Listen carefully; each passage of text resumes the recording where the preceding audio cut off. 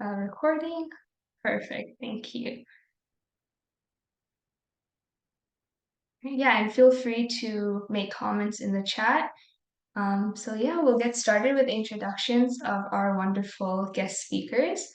So I guess we'll go one by one. They can introduce themselves with a brief overview of their position, what made them pursue their respective careers, and how their work connects with environmental injustices or climate change or anything along those topics. So, Brianne, would you like to start? Sure. So hi, everyone. My name is Brianne Elward. I use she, her pronouns. I'm a PhD candidate at the University of Alberta in the School of Public Health. And my PhD research examines the ways that climate change impacts emotional and mental health among young people in Canada. And I came to this research in part because I was really growing troubled by the climate narratives of apocalypse and doom that seem to be becoming increasingly prevalent among my peers. And I really empathized with them and felt like I needed to do something. And so that led me to my research to understand these emotions and strategies that we can use to cope with them.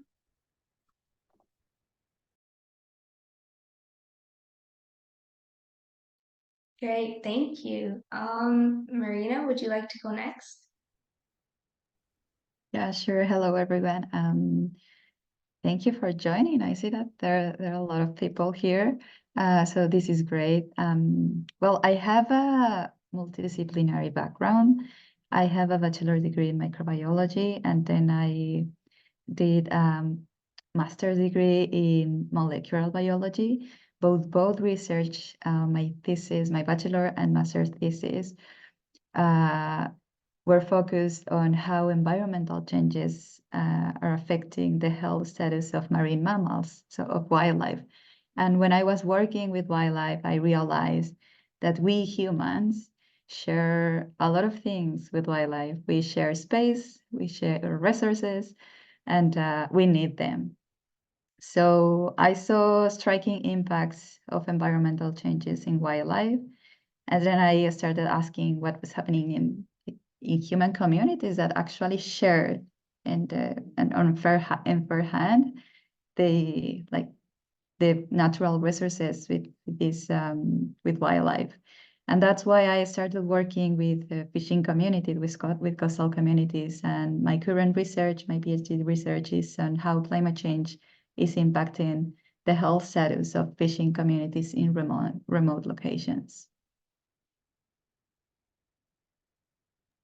Wonderful, that's really nice. Sam, would you like to go next?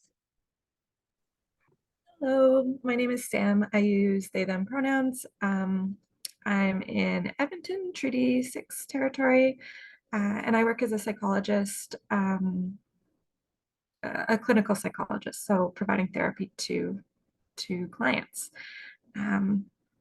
This is my second career. I spent my 20s kind of doing communications work in nonprofits. I was trying to figure out how to apply my social justice values to some sort of career path. And in the background of that was having my own mental health problems, seeing mental health problems impact friends and family, and kind of ended up going down that path as I guess a place to provide some of that like social justice impact in a different way. I work primarily, well, I started working with trauma as kind of my focus area. As a queer person, I work with a lot of queer clients. That's the community that I spend a lot of time serving, I guess. And so out of this kind of social justice foundation that I had, that initially started really focused on gender-based violence, gender and sexuality, just how this issue of the climate crisis and the way in which every social justice issue is intertwined with one another, the impact of climate grief, climate trauma, climate anxiety on folks ended up being an accidental kind of focus area for my career. Wonderful, thank you. And now we have Rachel as well. Hi, everyone. My name is Rachel Bryce. I'm a lawyer in Toronto at Landings LLP. We're a boutique immigration and human rights law firm, and we focus on a wide range of clients and immigrants and refugee needs. But I am also the co-chair of the Canadian Association of Refugee Lawyers Climate Migration Working Group. In this group, we have published 2 reports that advocate for more proactive policy and legal responses to the growing number of individuals displaced due to climate change, both due to slow onset change and sudden onset change. In my practice, I work with clients who have fled their homelands due to climate change, and we're developing test cases to attempt to expand the definition of protected person status in Canada to allow for protection for individuals displaced due to climate change. Wonderful. Thank you guys all so much for introducing yourself. I guess I forgot to introduce myself. I'm Mashal. I'm a member of the RAD Cohort. So I decided to organize this webinar based on this project or these topics because I believe it's very important to raise awareness, and a lot of my extracurriculars outside of university do kind of align with youth or minority groups and of that sort. And I never really had much experience with climate change. So I thought it would be a good way to connect the two and learn more about that. I'm currently a student at the University of Alberta. I'm doing a Bachelor's of Science in Pharmacology, so I guess the two realms are kind of very separate, but I think it's very important to learn about different disciplines. And I hope everyone here can learn a lot about this webinar or from this webinar. So yeah, I'm excited for everyone to be here, and I guess we can get started with I guess the first question just to kind of ease into the discussion. And so I do have questions to direct the discussion, but it's pretty open-ended. So if you have any other contributions or would like to mention anything else, feel free to do so. So we can get started. So I guess the first question would be, how do you believe climate change has disproportional effects on minority communities, leading to injustices? So this could be any of the minority communities you work with, or refugees, or Indigenous populations. So yeah, I'm opening up the floor. So anyone would like to contribute first, please go ahead.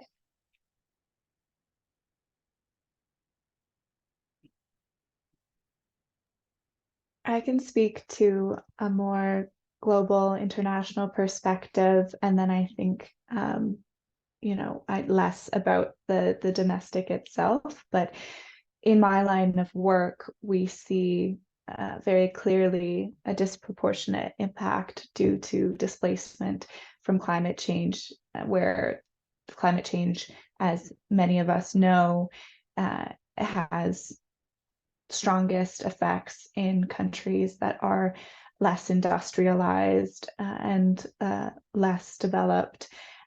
This results in displacement primarily within the country of origin, what we call internal displacement.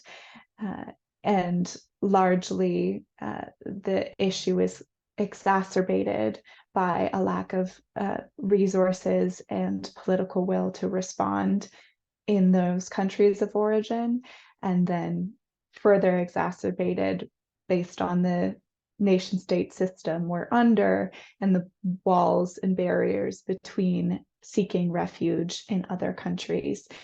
I think it's inevitable that we are seeing a growing inequality due to disproportionate impacts of climate change across the globe. Yeah, well, I was thinking when we think about these environmental injustice or justice. So the first thing, as Rachel said, is recognize that the impact is not the same for all, right? So low and middle income countries, remote and isolated communities, and other minorities receive first and harder the impact, and they usually are the less responsible. It's really interesting when you mentioned, Rachel, this trying, like, people is migrating to other countries due to climate change. And the fishing communities where I work with, one of these communities is in a remote island. And one of the most surprising things is that, well, these people depend directly from their natural resources, right? So if we don't have fish, we can go to the groceries and get other kind of foods, but these communities depend directly on these resources. The same happened with the indigenous communities, right? But it's not only their food, it's also their livelihood. They don't know how to do or how to live from other things, work other things, but being a fisher. So when I was chatting with them about climate change or extreme weather events, one of the answers was like, if we don't have anything here, if we don't have fish, if we don't have resources, we need to migrate. But what do you do if you migrate? So I think one of the risks when someone moves to another country, trying to find like this stable place, a new job, a new livelihood, is that probably you won't have the same, and you need to adapt your livelihood. And if you ask that for maybe for a kid or a young adult, could be easier. But for an adult that has worked, that had been a fisher all their life, it's going to be harder, right? And we don't have a solution for that.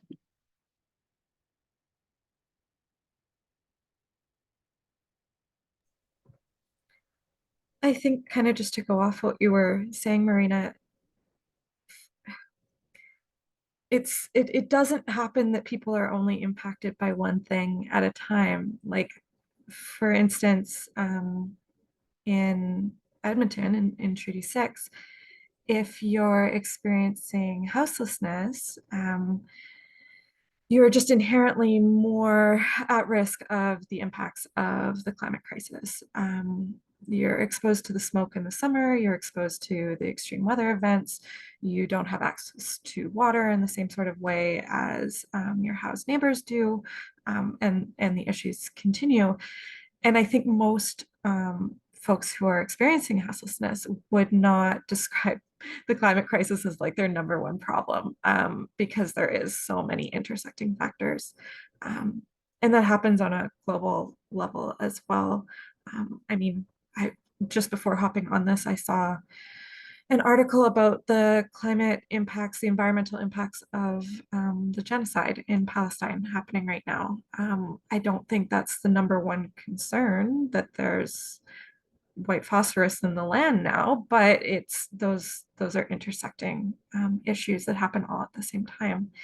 So in my work as a therapist, that's usually how I end up seeing it with clients, is we're not just talking about one issue, we're talking about these intersecting problems that are kind of exponential once you start mixing them together.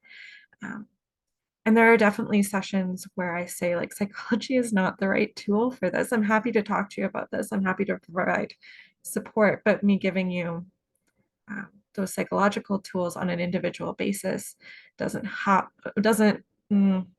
maybe helps manage, but doesn't get at the root causes of the stuff that's really impacting you or your community or whoever. So yeah.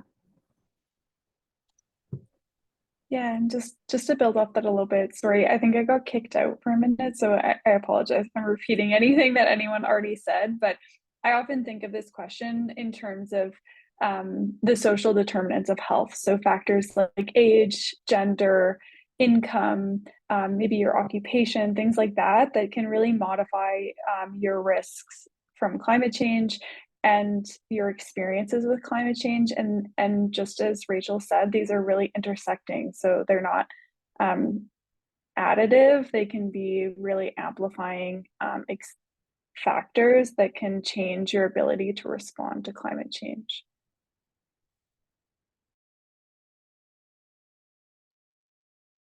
I think those are all very wonderful points, and thank you guys for all sharing. I definitely think it's yeah, there's so many intersections between different fields and disciplines, which is why I do appreciate everyone's contributions, because I know a lot of you guys are from different careers, and it's very interesting to see, as well as the whole genocide in Palestine. I think people often do forget that aside from the conflicts and the genocides going on, whatever the situation may like progress towards, since it's very terrible right now, the environmental issues make it that much worse. You know, no clean water, the white phosphorus, there's dust and smoke everywhere. So it's definitely very difficult for people to live in those environments, as well as all, you know, the mental health effects and everything. So thank you guys for bringing up those points. I guess we can head on to the next question, which is what groups specifically that you guys have worked with in any shape or form that you believe you've seen to be the most vulnerable to the effects that we've just discussed.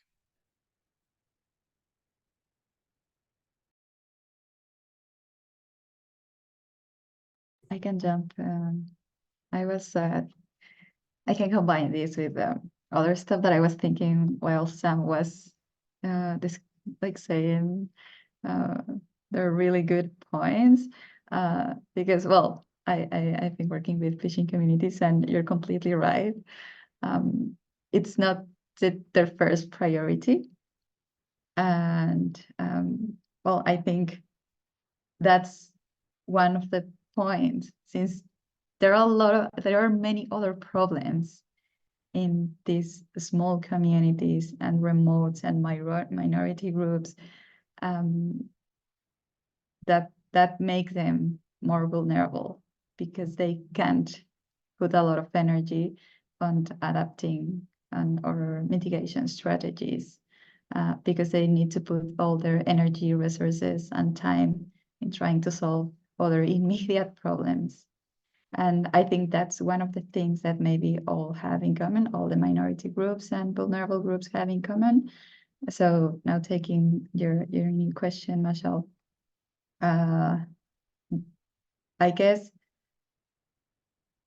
I go back to my point where, in my experience, people that their livelihood is completely one thing, there is no activity diversification, and they need to put all their energy in this only activity, is super vulnerable. And you can have any gender.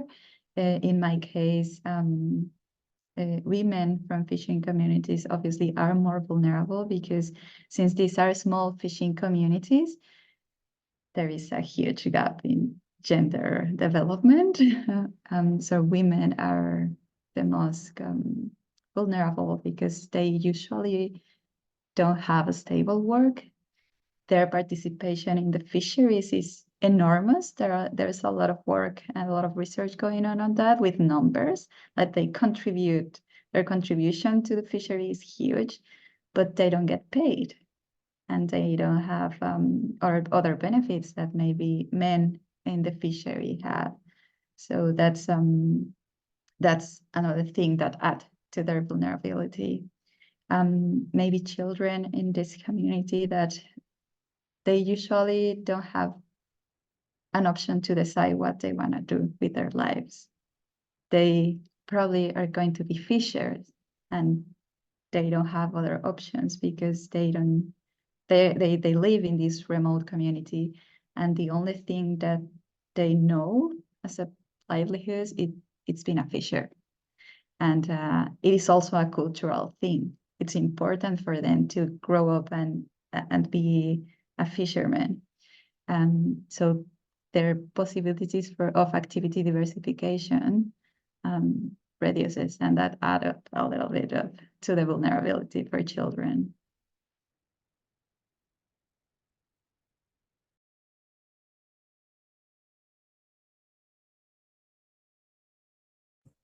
I'm going to answer this question in a little bit of a weird way, just very specific to the type of work I do.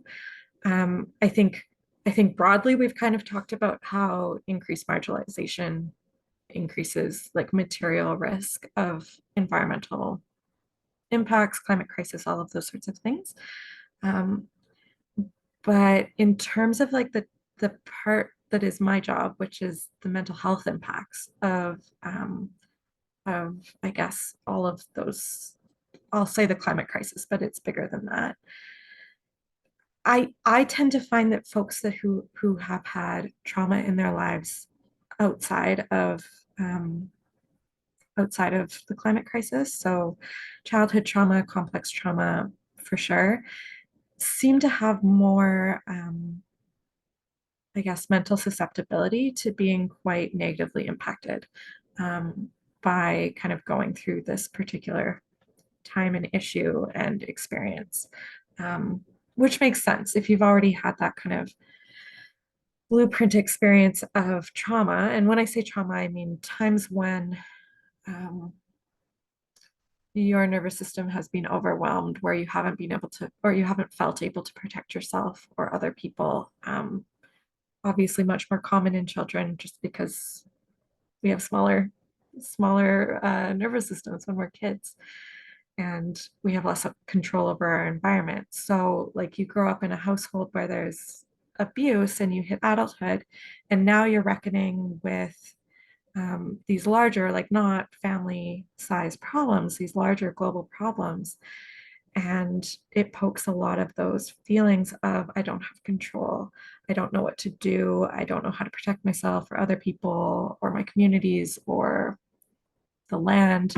And those are the folks who seem to be the ones who seek out psychological services related specifically to climate, grief, trauma, or anxiety, in my line of work anyways.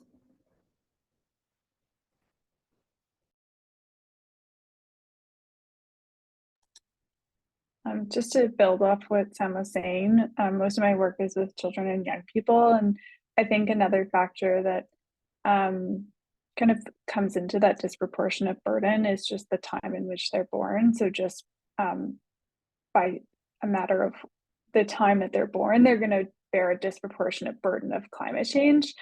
And then they also often can't participate in some of those bigger or are excluded sometimes from some of those bigger like policy and decision making processes.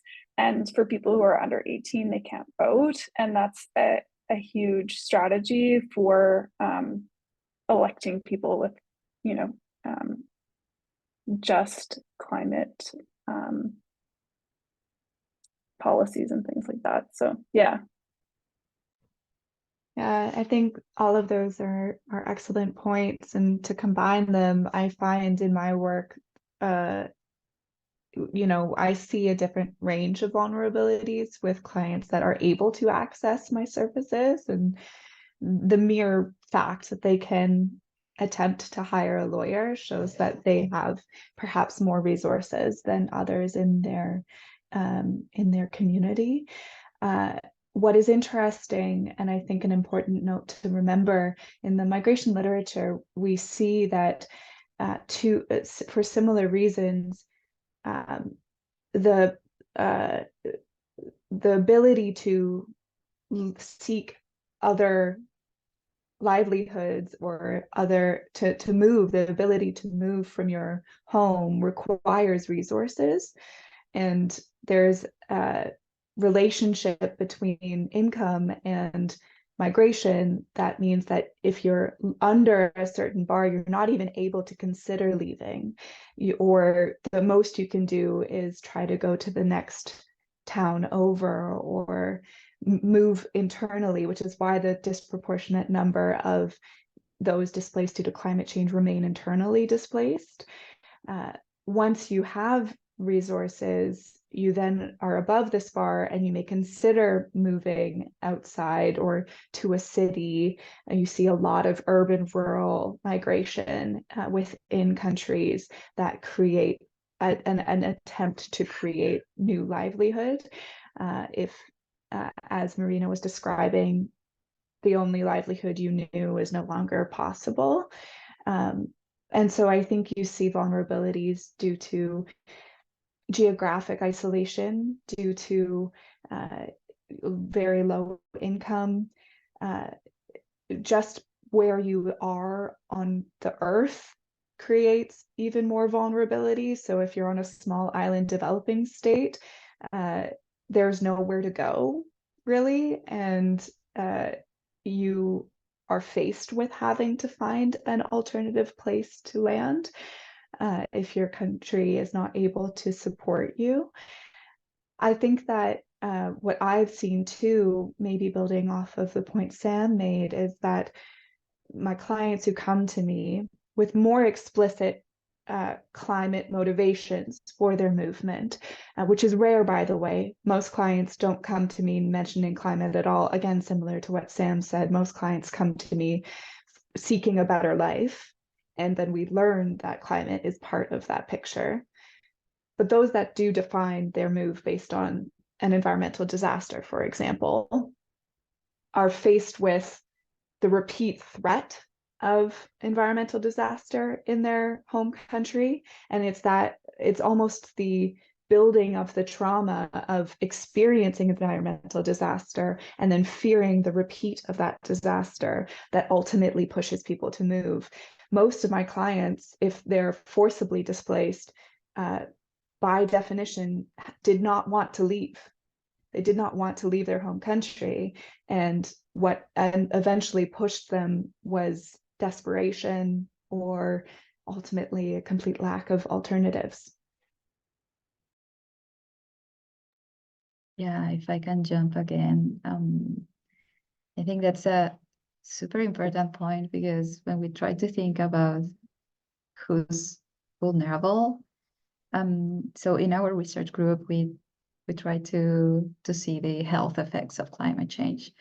So if you think about these people that is been displaced because of an extreme weather event that it's getting more frequently and harder because of climate change, you will have not only this trauma of the event, but you will have some health effects of I didn't want to leave, and that will have different components, including like you will be losing probably a lot of food security because you won't have the same food that you had at home. And it is hard to think, like you could probably think, well, just eat food where you are, it's food. But it is not only food. The meaning of food, it's super important. And if you grow up eating certain type of nutrients, your body, your physiology get used to that. So switching to a different diet, the cultural meaning of the food and other stuff that you're living at your home country is also important, and it also will have a health effect, and maybe it will have like an immediate and direct effect when you move to a different country, but it will be like a long lasting effect. So you will have different effects the rest of your life because you move and you are trying to adapt. And when an organism, a human being, is trying to adapt to a new place, you need to use a lot of resources, and not only money. That is what we think. Okay, to move, we need money. Absolutely. But you use other kind of resources like your energy. You consume all your energy moving. Trying to speak a different language will consume a lot of energy of your brain, at least the first couple of months. And so you're spending all your money and all your energy trying to find a better place, and you find that it's not your home, and you will need to build this home. So that can have some mental health effects and some physiological effects in these vulnerable communities. And I think that's one of the things that we need to start thinking about when we are thinking about adaptation of communities. We need to think about these cultural and psychological and mental health effects of further of further processes. The only final point I would add too, I think, is that, you know, again, tying those points together, Marina and Sam's, I think that the vulnerability when you're already experiencing difficulties, whether they're psychological, emotional, or anything, you know, that also intersects with challenges that people with disabilities face. People with disabilities are a whole other category of individuals who not only, you know, whether it's a mental or a physical disability, are going to have that much of a harder time and are also not catered to by many policies and programs that attempt to respond to the needs of those that are affected due to climate change. Just to add on your guys' points, I guess just to tie it in together, I had a follow-up question. So we talked about, or you guys discussed mental health and displacement and the fear of displacement. So I guess along those lines, like when people are fearing that they would need to displace to another environment because of climate change and or you know, environmental injustices, and once they move to a different environment, have you, I guess, come across any other challenges that may be, I guess, worse in a sense from the challenges that they were originally in? And I guess, what reasons do you think they still make that move or that shift?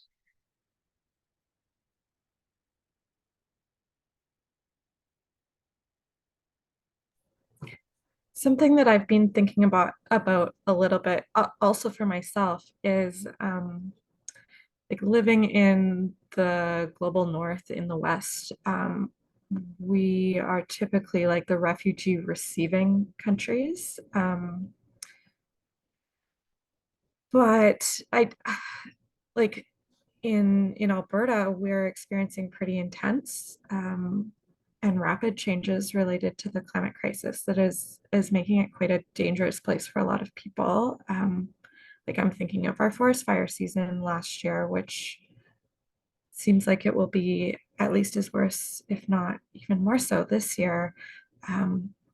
As someone with allergies means I cannot go outside for parts of the year. And I think that's even more true for somebody who had a more acute respiratory illness. And so I think that there's a little bit of like of a shift happening of like, where are the safe places? Who are the safe people? How do we organize our, not that they're a super just system of like global aid that we have currently, but that's going to have to shift, I think, coming into these changes that are going to impact different communities in different ways than I think a lot of us are used to or expecting. Yeah, but none of that has to do with my job as a psychologist, but just that's kind of where my head was at.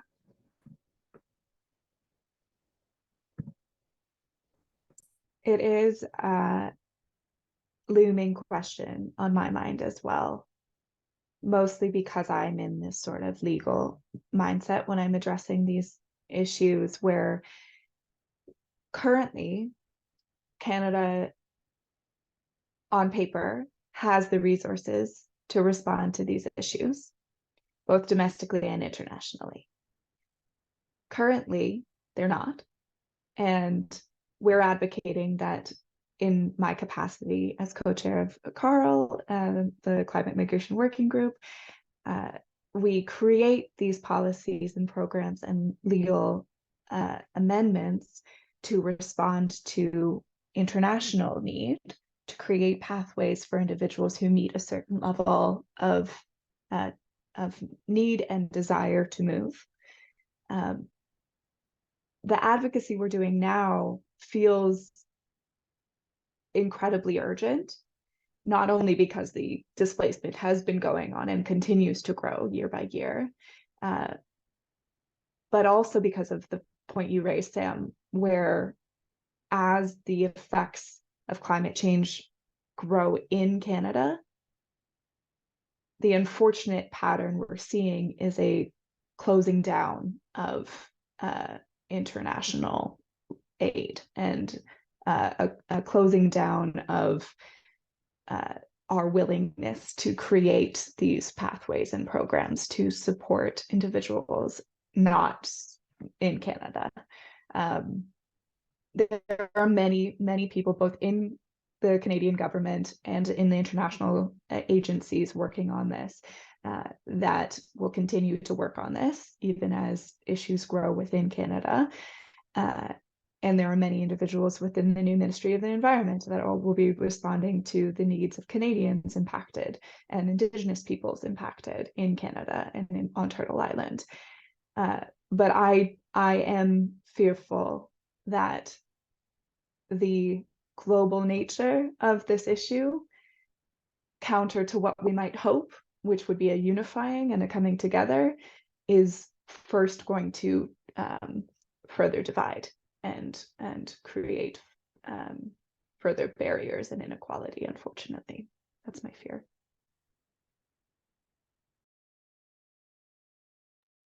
Yeah, I think those are really good points, because when a person migrates due to these challenges, and despite their fears to go to a new place, and then you encounter that there are other risks in this new place, like wildfires. But then try to imagine how was their home, that despite the wildfire risk or the heat waves or other risks that you can encounter here in Canada, despite those risks, you decided to migrate. So how was the situation at home that you decided to face this new risk? And yeah, as Rachel said, Canada and other countries. So the problem is global. In every centimeter of the earth is happening something. However, high-income countries have a leverage that there are resources to start adaptation and mitigation. The problem is behavioral, right? So reaching all the population is hard. But I think the mission here is to start working with the population in high-income countries to change that mindset. So the resources that have Canada and other high-income countries can help low and middle-income countries and small communities to face the real changes. Because it is not about, okay, let's everyone migrate to a country that it's better than your home country, because you can't. So we can't put 8 billion people in a small piece of land. So our mission is, okay, so yeah, we need to solve some problems at home, at Canada, but then we have the power to help. And it should be an obligation, because we as humans divided the earth in countries, but it's one earth and we share the earth. So it's our obligation to help other places and other people around the world, because we can't put 8 billion people in one small piece of land. Just to add to the conversation a little bit, I know you asked about fear of displacement and choosing to migrate, and I think for some people, that's obviously not a choice. So if you're experiencing a weather or climate extreme like a hurricane or a wildfire, you know, sometimes you are just displaced, whether that's temporary or permanent. And we know that has negative mental health impacts. So things like anxiety, depression, or PTSD. I think another like really important aspect or really significant aspect is the impacts that it can have for social support networks. So if you're permanently displaced and you're displaced away, your family is in different areas, your friends are in different areas, you don't have that same sense of community, and that can be really hard to rebuild. And one example I think that I felt really showed this really well was it's a documentary called Katrina Babies. So it documents experiences of people who survived Hurricane Katrina, which is important because it disproportionately impacted low income and Black communities. And a lot of the people in the documentary speak to how they had these really vibrant communities and networks before the hurricane, and how that was just completely disrupted and they haven't been able to rebuild that sense. And I think that's one of those long-lasting impacts. Yeah, just to add one point to one of the major sort of cases that I'm working with as a family from Barbuda, of Antigua and Barbuda. And I think you see another example of the failure of a government to rebuild being the final push factor out of the country, where the family would for no reason have left Barbuda. Barbuda is a beautiful example of a community of people who to prioritize collective ownership of the land in the truest sense, where they all meaningfully take care of their environment. And then they witnessed after Hurricane Irma the movement of the population of Barbuda onto the main island of Antigua, and the Antiguan and Barbudan government coming in and starting to develop and focus on privatization and industrialization of Barbuda rather than the maintenance of a sustainable environment. And so you're facing not only the environmental impacts, but I think another layer to this issue is not only the failure to rebuild proper shelter and resources for communities, but the intentional funneling of money to counterproductive private profit-making ends. Okay, I also have one more thing to say. Because like in holding up these more communal-based cultures that folks are coming from into a more capitalist-centric, individualist, hierarchical, in some ways, society that is in the West, I think that to answer your original question about the possible harms that are coming from that, we know with all kinds of trauma, and we've taught it most around sexual violence, but we know with all kinds of trauma, being able to connect with community after that believes you is huge. Like somebody who can say that's what happened to you and now you're safe in like a felt kind of sense is really important in kind of the course of how trauma ends up manifesting in someone's life. And so if you're coming into a community that has maybe low understanding of global experiences, maybe doesn't hold similar values to you. I know in my profession, we have a code of ethics that say that we should care about like social level problems. And yet culture overtakes that, and I would say most psychologists have this very individual neoliberal approach to their work where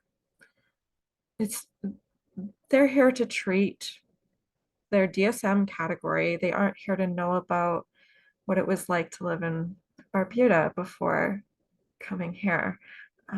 So there might not be that like felt sense of, oh, I believe you, I understand your experience, and let's like meet you there.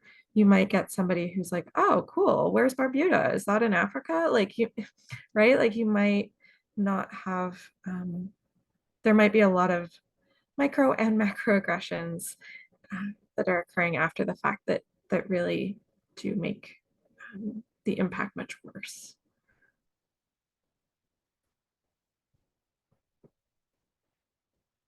Yeah, great. Thank you for that. I think it's very, um, like everyone mentioned, it's very important to kind of realize that different cultures function in different ways. So, coming from, like you just said, Sam, a more of a communal, socialistic culture that interacts with each other or that understands each other, to Canada, where it's more lonely coming from a culture like that. Like my family, for example, we also immigrated here. So years ago. So my parents also do mention that when they go back home, a lot of these issues that they raise with their family or their community, it's a lot easier to have a more understanding conversation um, with, I guess, your own culture and your own community than talking about it in public over here, because sometimes there is a lot of backlash. And yeah, a lot of the times, like everyone said, the displacement, although there's a fear of displacement, even though one environmental situation and challenges may be worse than the other, sometimes they just have no choice.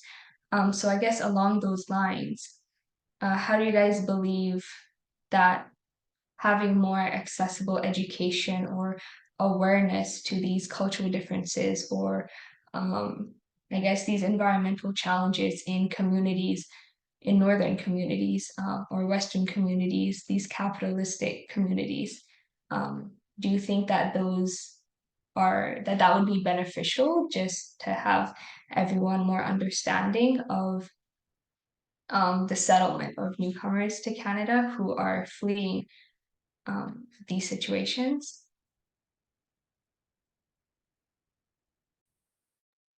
Well, yeah, I think education everywhere, it's always helpful. But I think one of the key things is to understand that there are some things that we need to change. And there are many things that need to change in these high income countries where we live. Because we're like, yeah, we're trying to save the planet, and we want to go and share the knowledge and help communities.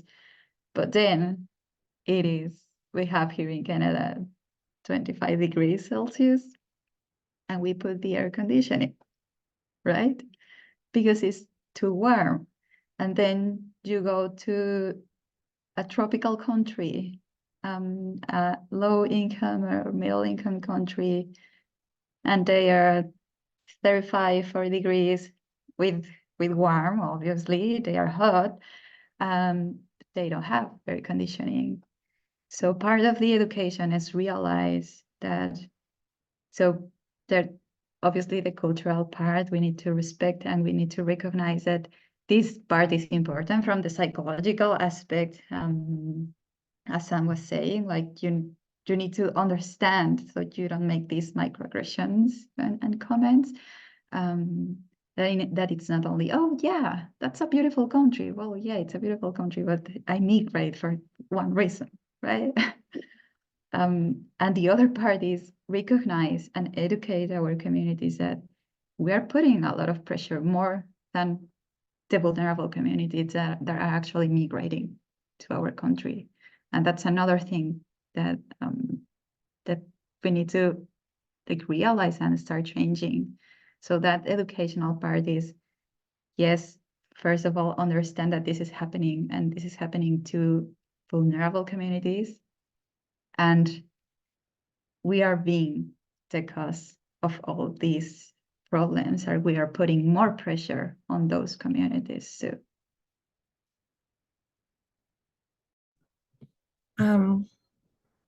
when you were speaking, it reminded me of a quote that I see go around every so often from Chico Mendes, who was a Brazilian activist, I guess, unionist and fighting against deforestation in the Amazon, probably about 50 or 60 years ago now. He ended up being assassinated. But he has a quote that I'm going to try and get right that is something along the lines of environmentalism without class struggle or without acknowledgement of class struggle is just gardening.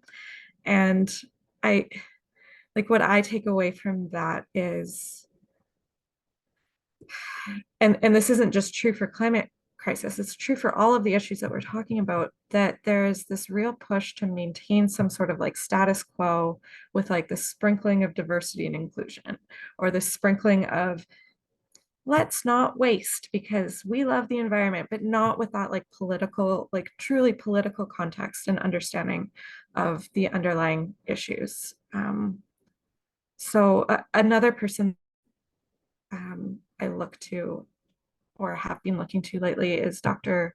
Sama Jabber, who's I think she's the head of mental health in Palestine. She's a psychiatrist and a psychologist, and she's been talking a lot about how it is insane to use that word, not a great word, but it's just wild to focus on like PTSD treatment instead of social advocacy to stop the cause of harm. And that's actually what the mental health intervention is, and what the mental health community needs to be doing is intervening at that foundational root harm level. And so I don't think we can have these conversations in a way that's actually productive or that actually stops harm without getting to like what Marina is saying. Like, we need to actually acknowledge the systems that we're participating in and make some real change to them, rather than that sprinkling on of like an initiative or however we want to put it.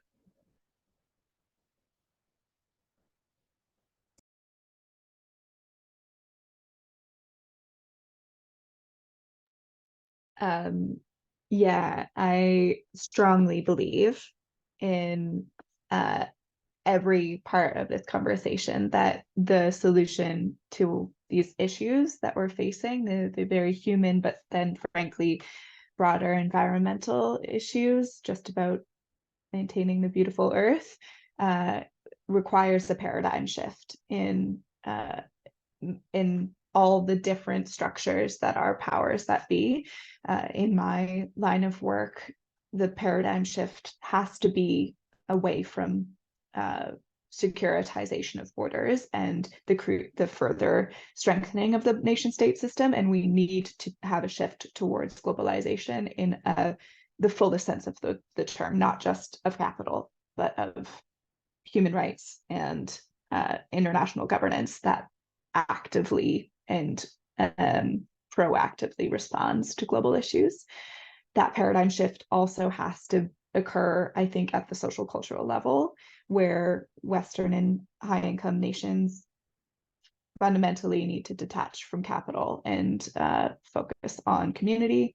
And I think by starting at the community level, and for any individual on this call who is motivated, presumably because you're here, you are motivated, join as many community groups as you can, and try to be active in raising climate issues in any group, because I think whether it's a union, whether it's a connected advocacy group, immigrant groups, these groups talk about, creating space to work on changing the way we have a relationship with growth, changing the way our relationship with resources and consuming. The wealthy nations have that obligation. And then I think having the broader cultural appreciation, not just of communities that are geographically distanced, but also the Indigenous populations here in Canada and the Indigenous peoples who can teach us so much about stewardship of land and sustainability and proper caretaking going forward. Yeah, I agree with everything that's already been said. And I think coming back to that question of how can understanding or awareness of differences and environmental challenges that migrants are facing be beneficial, I think on a more individual or person-to-person level, you have to understand the challenges to help address them. And so I think beyond changing those systems, if we're just thinking about what one person can do in their everyday lives, I think that first step is understanding what someone's going through.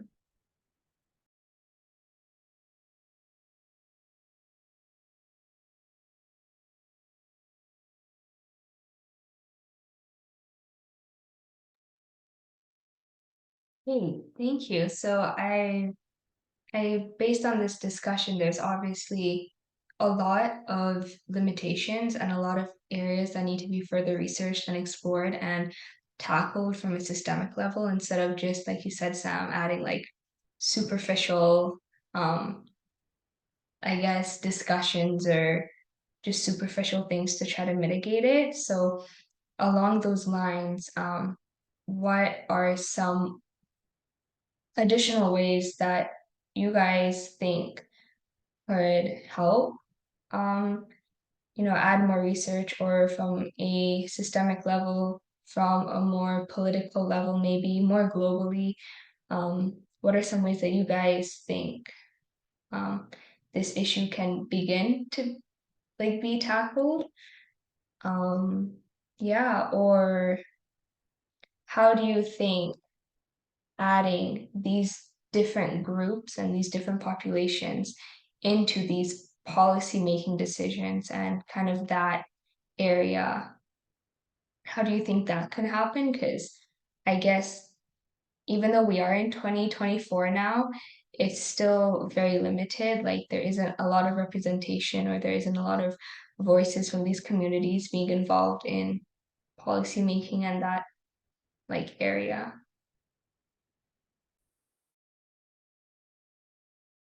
Well, I guess that's the first step. We need more representation of vulnerable population in the consortiums or the people who actually make decisions, because you can't take a decision for a displaced community if you have never faced, even though if you have studied displacement and migration, having the experience, if you don't have that cultural background, maybe you can't raise correctly your voice and share that experience to take an adequate decision. Another thing is that the representation in the policymakers usually have like other interests, right? Like money, economic, and other political interests. So I think the first thing is that we need to increase representation, and one, like we as individuals, we need to start studying and gaining experience and just raising our voice and go, as if it was Rachel or Sam who said, just join some communities, join some group of people that it's working on the topic you're interested, and start like leading maybe some groups or clubs or hubs. And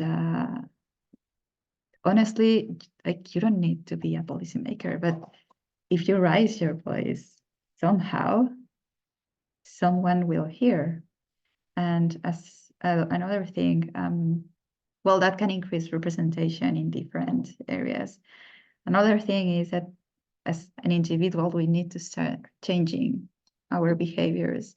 And if we know that environmental changes, climate change, like the sources of climate change come mainly from the way we use and we make energy, the way we make and use food, the way we move around, like transportation.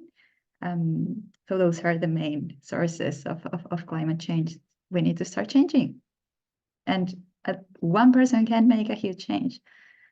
So it can be a little bit, I don't know, repetitive, like bike more, walk more.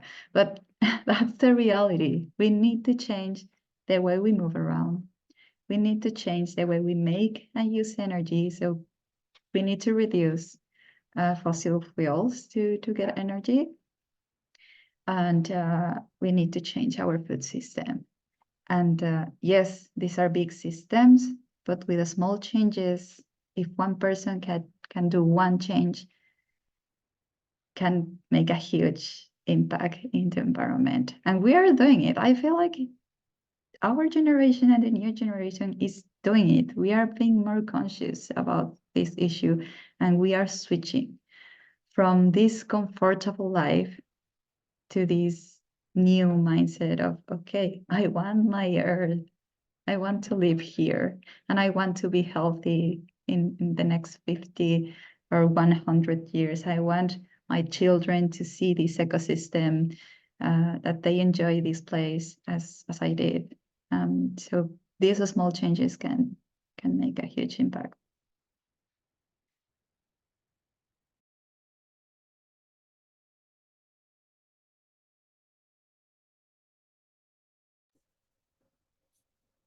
I'm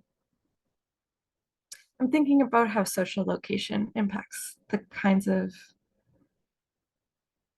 ways that we can do this work. And like not in a simple way either. We know, I'm probably not going to get the stats exactly right, but we know that something like 80% of the world's biodiversity is protected by Indigenous folks who do not make up 80% of the world's population. They make up a very small portion.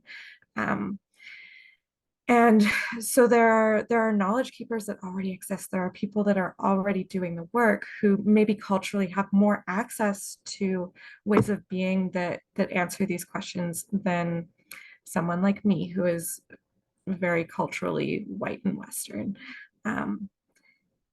And so finding ways to help like lift up those voices or support that work could be some of the ways that we participate. But then at the same time, different social positions come with more power or more perceived legitimacy. And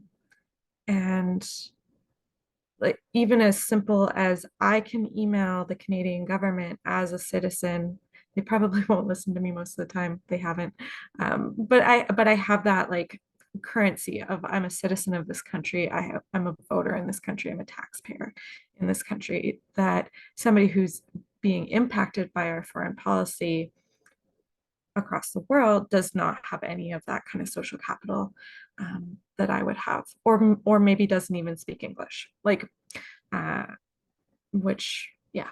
So I guess I want to be mindful of where I would suggest that we all be mindful of where we have power, where we have responsibility, where we have access, and also like where we have gaps and when it might be more appropriate for somebody from a different community or somebody more impacted or having more lived experience would be like just they should be the voice bringing up whatever they've experienced.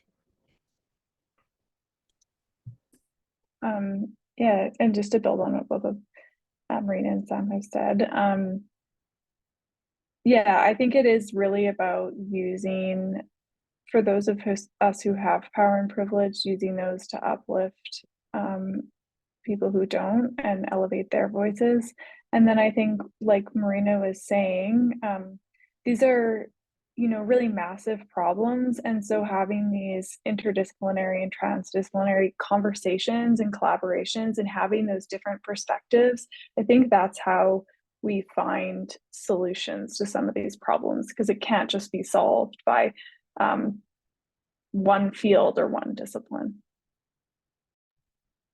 Yeah, absolutely. I already feel more hopeful after our conversation in the last hour. And I think that uh, just for practical solutions, that if one is hoping to be more politically engaged, I think as Sam mentioned, reaching out to your MP to start a dialogue about the issues that matter to you, however small it may feel and however much of a brick wall your MP might be putting up, it at least puts a foot forward, right? You put your arm outstretched and you start that conversation. Doing so with a group is even better, because then more voices of constituents mean more to the members of parliament. More practically too, on an individual level, learning is, as has been mentioned, is empowering. Reading as much as you can from voices that are marginalized. There are many webinars that are live or recorded that are available online from communities impacted from climate change. And then broadly speaking, any opportunities you have to host an event, you should be mindful of who's speaking, who's present, and doing as best as we can to emphasize the voices of those that need to be emphasized. One of the most impactful events I went to, sort of setting me on this path, was organized and led by internally displaced peoples, speaking about their experiences personally due to displacement due to climate change. And it was a side event at a larger conference. So hopefully we'll see those side events becoming the main event in the future.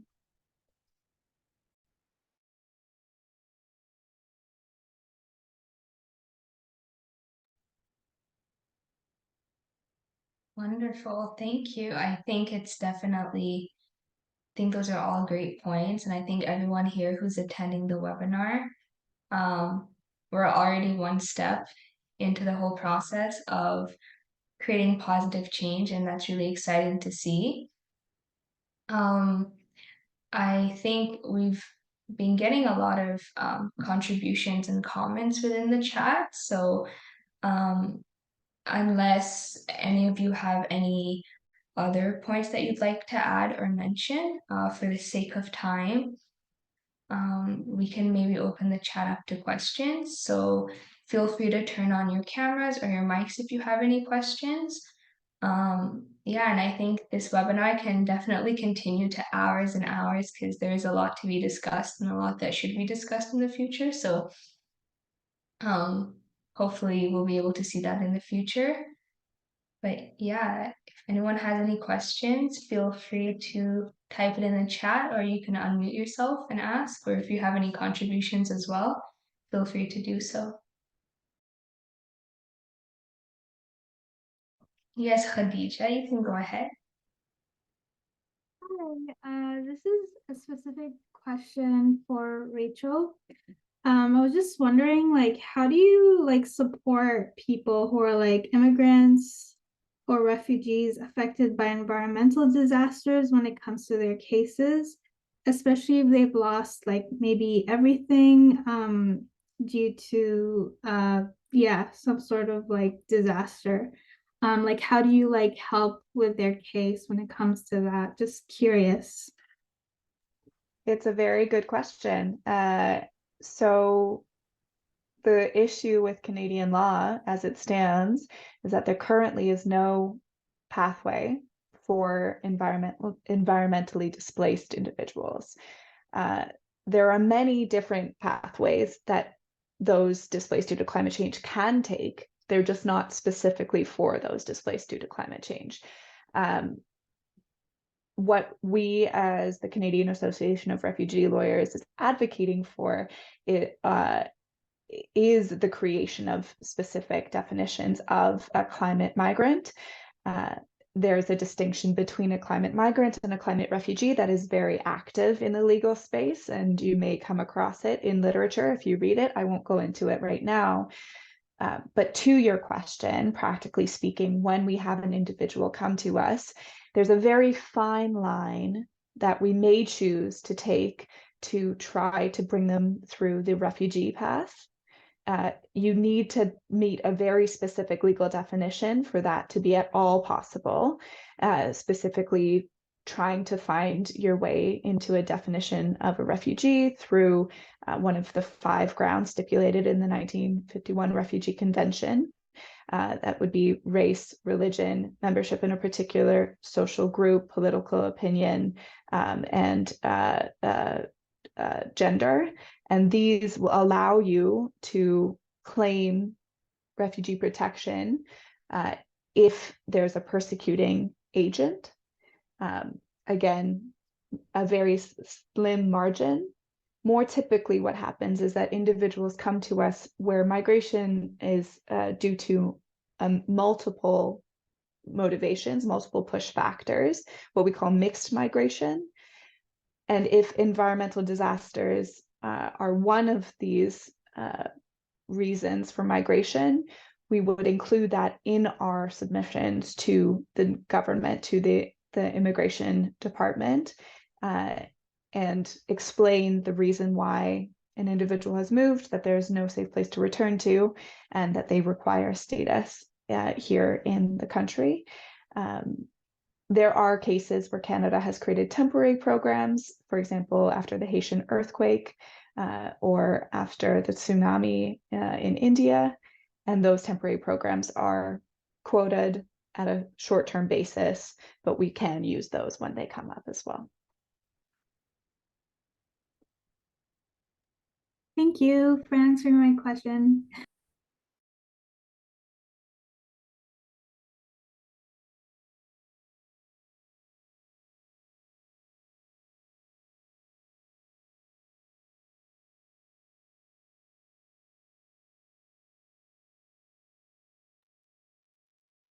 Are there any other questions? I guess I can kind of follow up on Khadijah's question about and your answer, Rachel, about the different like points that need to be, or the different requirements for being considered under refugee status. Do you believe that those requirements are too narrow, or do you think that they should be broadened a little bit to make it easier for individuals to come under refugee status? That's sort of the live debate. So I'll summarize it now. Carl, the Canadian Association of Refugee Lawyers, our stance is that, and this is a common stance, is that changing the Refugee Convention definition opens far too much of a can of worms. As soon as you attempt to amend any international legislation, you open up the possibility of worsening the law, of having a closing of definitions, a shortening of options. And the refugee definition was created under a very particular context. There are protocols that are optional that you can possibly talk about the introduction of a protocol for climate refugees, and people do raise that. What we present as an alternative is Canada has Section 97 of the Immigration Refugee Protection Act, which allows for protected person status pursuant to Canada's obligations under human rights legislation. And we are proposing the creation of a subsection of Section 97 that specifically defines what a climate migrant would be, and specifically creates a path for protection for those that cannot return to their country of origin for fear of risk to their life and livelihood. That risk would be, again, specifically defined, but at least then you don't have the obligation to meet one of the 5 grounds of the refugee definition, and you don't have the obligation to have a state be the agent of persecution or being unwilling to assist. You can meet the definition by being an individual who would face risk to their life if they were returned, because Canada does have an obligation under international human rights law to not return people to countries where their lives would be at risk. Wonderful, thank you. Do we have any other questions in the chat?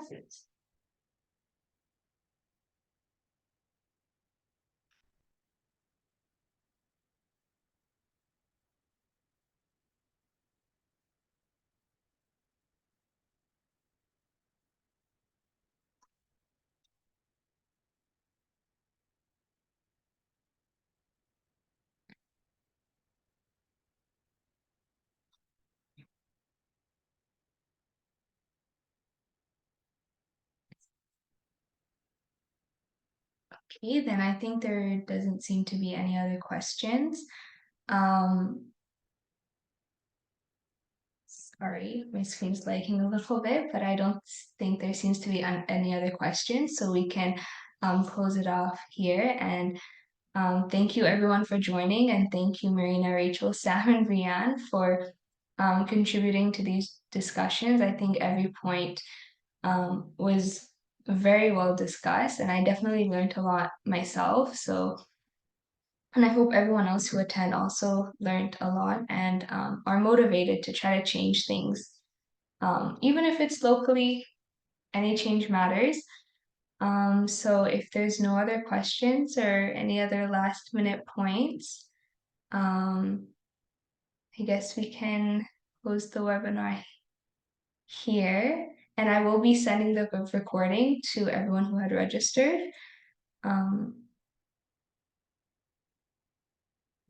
Yes, and thank you, Kanisha, as well, for helping me a lot during this webinar. Definitely made navigating Zoom a lot easier.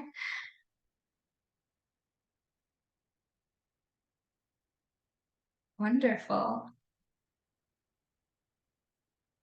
Thank you so much, Mashal. This was a lovely conversation, and thank you to the rest of the speakers. It was so great to talk to you all.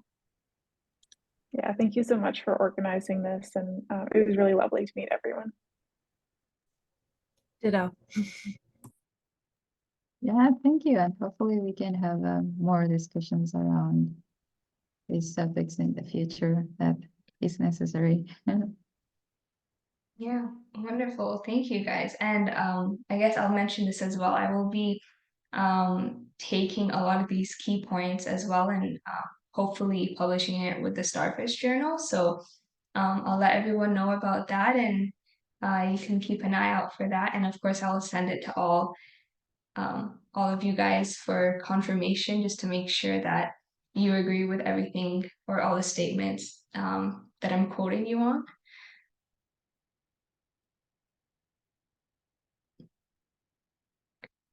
Thank you everyone for joining. I see the chat, and a lot of attendees did contribute a lot, so thank you for all your wonderful ideas. I'll stay back a little bit.